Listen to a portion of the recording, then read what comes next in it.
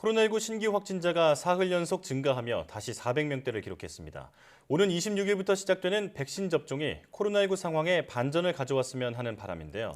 네, 오늘 코로나19 브리핑 고려대학교 약학대학 김정기 교수 전화로 연결해 자세히 알아보겠습니다. 교수님 나와 계십니까? 네, 안녕하세요.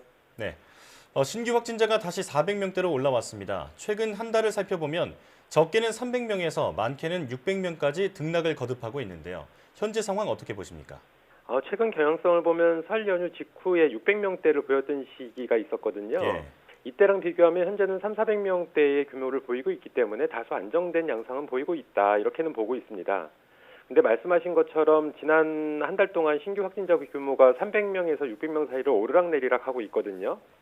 그러니까 현재 최소 규모로 보이고 있는 300명대도 실제로는 사실상 위험도가 상당히 높은 상황이다. 이렇게는 보고 있습니다. 예.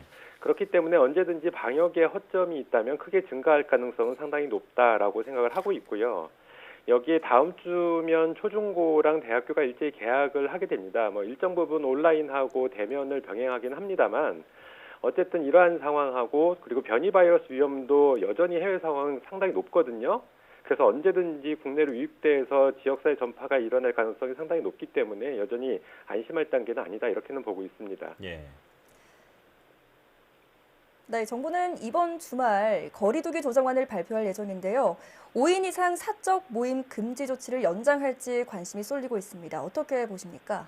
앞서 말씀드린 것처럼 실제로는 현 상황은 여전히 위험도가 높은 상황입니다. 그리고 개인 방역이든 방역 당국의 방역 조치든 간에 방역이 느슨해지면 언제든지 크게 확산할 가능성이 상당히 높다 이렇게는 보고 있습니다. 예. 네. 일단은 지난 3차, 그러니까 아직 현재 진행이긴 합니다만 3차 유행이 본격적으로 진행됐던 시기에 비해서는 방역 단계나 방역 조치가 완화된 면이 있거든요. 근데 여기에 만약 5인 이상 사적 모임 금지까지 완화가 하게 되면 아니면 해제가 되게 되면 그만큼 실제로 모임 등이 상당히 많아질 걸로 예상을 하고 있습니다. 예.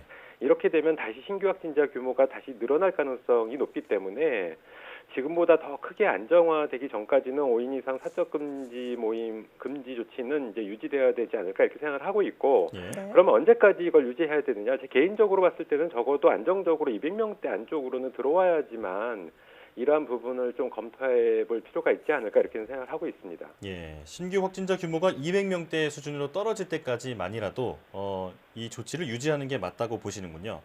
자, 이제 26일부터 백신 접종이 시작됩니다. 접종 대상자들은 궁금한 게 많으실 텐데요. 백신을 맞기 전에 어떤 점을 주의해야 할까요? 일단 백신 접종자가 주의할 부분은 접종 전하고 접종 후로 크게 나눠볼 수가 있는데요.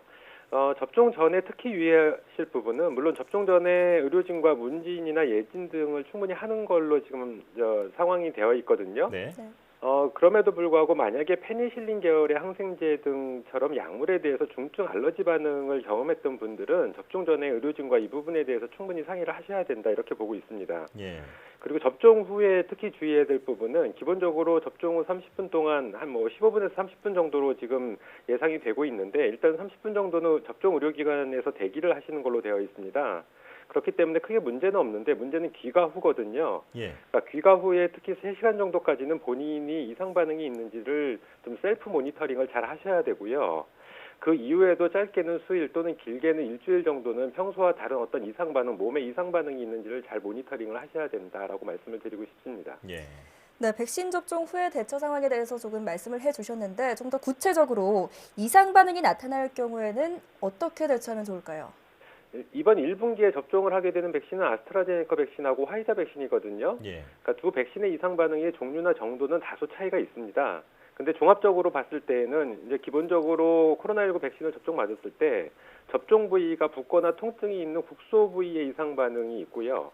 그리고 피로감이라든가 발열, 두통, 근육통, 관절통, 림프절이 붓는다거나 메스껍다거나 이런 전신성 이상 반응이 발생을 할 수가 있습니다. 예. 근데 현재까지 알려진 거는 대부분의 이상 반응 정도가 심각하지 않으면 보통은 수일 내에 호전되는 걸로 알려져 있는데 만약에 일부의 경우에는 또 다소 심각한 이상 반응으로도 이렇게 발전을 하는 경우가 있거든요. 만약에 호전되지 않고 오히려 심해지면 반드시 의료기관에 연락을 하셔서 도움을 받으셔야 된다라고 예. 말씀을 드리고 싶고요.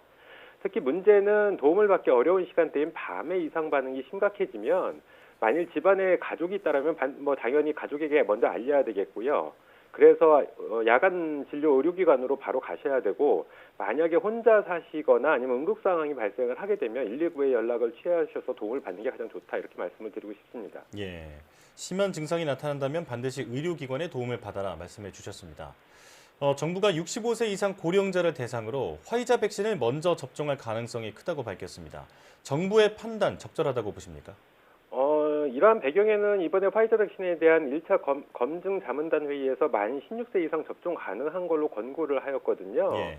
이 얘기는 말씀하신 것처럼 65세 이상의 고령자들도 접종이 가능하다라는 얘기인데 물론 앞으로 자문단 회의가 더 남아 있습니다. 그래서 결과는 좀 지켜봐야 되고요.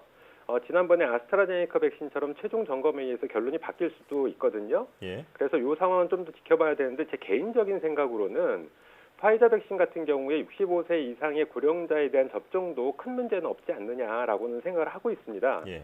물론 다른 플랫폼의 백신보다는 약간 이상 반응이 좀 더 심한 걸로는 알려져 있는데 그래도 수일 내에 보통은 다 회복이 되는 걸로 알려져 있어서 일단은 접종을 해도 무방하지 않을까 생각을 하고 있는데 다만 독감 백신이라든가 기타 다른 백신을 접종받은 다음에 이상 반응이 다른 사람보다 좀 더 심각한 사람들 같은 경우에는 접종 전에 의료진과 충분히 상의를 하셔야 될 것 같고요. 예.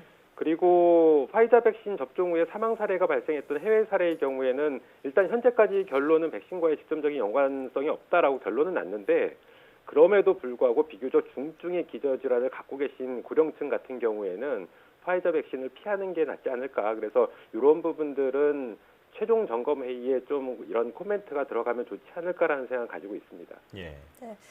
그동안 효능 논란이 일었던 러시아 백신, 이 러시아 백신이 국내에 도입될 가능성이 있는데요. 현재 해외 백신 물량 확보를 봤을 때 러시아 백신 도입 필요할까요? 글쎄요, 현재 확보한 물량이 7,900만 명분으로 알려져 있는데 일단 이 정도 물량이면 굳이 러시아 백신을 도입할 필요가 있을까라는 생각은 가지고 있고요. 네. 그럼에도 불구하고 저희가 이제 러시아 백신에 대해서 이제 막연한 불신을 갖고 있는 건 아닙니다만, 예. 물론 최근 임상 결과가 비교적 좋은 걸로 나오고 있거든요.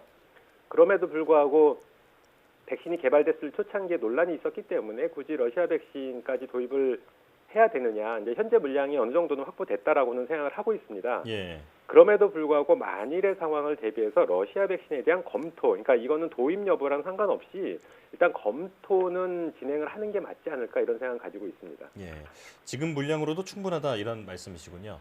정부는 11월 집단 면역 달성을 목표로 제시했습니다.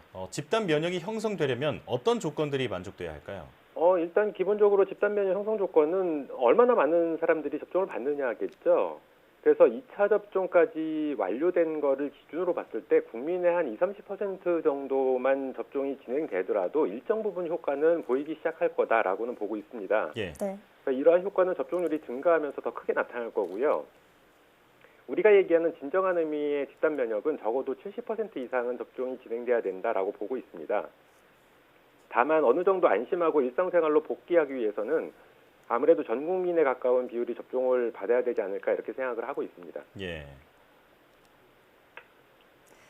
네, 오늘도 전문가와 함께 코로나19 상황 살펴봤습니다. 이제 금요일부터 백신 접종이 시작되는데 차질 없이 잘 진행되길 바랍니다. 지금까지 고려대학교 약학대학 김정기 교수와 함께했습니다. 교수님 고맙습니다. 감사합니다.